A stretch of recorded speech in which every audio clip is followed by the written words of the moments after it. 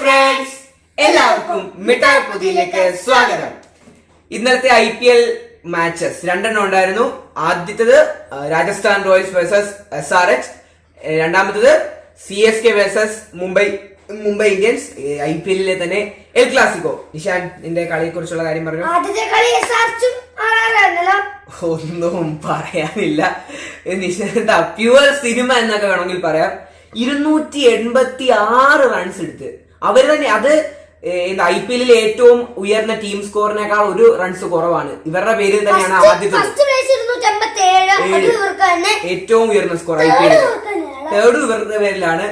നല്ലൊരു power packed ആയിട്ടുള്ള batting തന്നെയായിരുന്നു.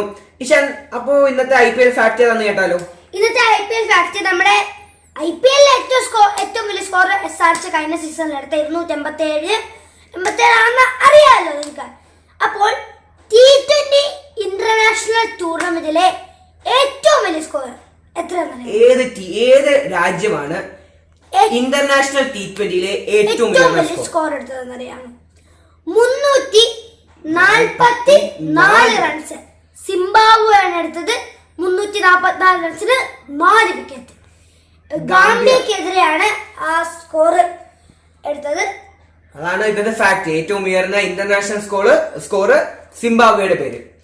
പിന്നെ അടുത്ത കളി അതാണ് SRHന്റെ മാച്ചിനെ കുറിച്ച് പറയാനുള്ളത്. ഇനി രണ്ടാമത് നടന്ന CSK മുംബൈ ഇന്ത്യൻസ്. സ്വാഭാവികമായും ഞങ്ങളുടെ CSK തന്നെ ജയിച്ചു. നല്ല ബൗളിംഗ് ആയിരുന്നു. അതുപോലെ തന്നെ സാധാരണ രീതിയിലുള്ള നല്ല രീതിയിലുള്ള തന്നെ ബാറ്റിംഗ് ആയിരുന്നു. അങ്ങനെ ആ കളി CSK തന്നെ ആധിപത്യം നേടി വിജയിക്കുകയും ചെയ്തു.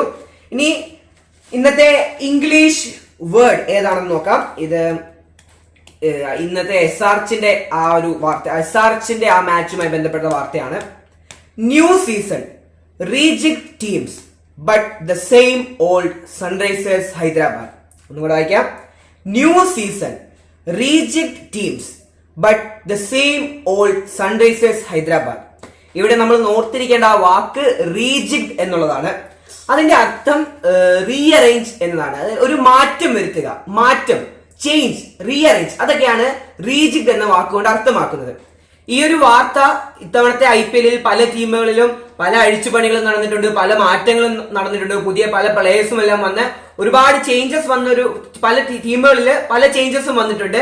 പക്ഷേ കഴിഞ്ഞ സീസണിലെ പോലെ തന്നെ ഇപ്പോഴും സൺറൈസേഴ്സ് ഹൈദരാബാദിന് അവരുടെ അറ്റാക്കിംഗ് ബാറ്റിംഗിൽ ഒരു മാറ്റവും വന്നിട്ടില്ല എന്നതാണ് ഈ വാർത്ത കൊണ്ട് ഉദ്ദേശിക്കുന്നത്. പക്ഷേ നമ്മൾ ഇവിടെ ഓർത്തിരിക്കേണ്ട വാക്ക് ആ ഒരു ചേഞ്ചിനെ, ടീമുകളിൽ വന്നിട്ടുള്ള ചേഞ്ചിനെ സൂചിപ്പിക്കാൻ ഉപയോഗിച്ചിരിക്കുന്ന റീജിക്ഡ് എന്ന വാക്കാണ്.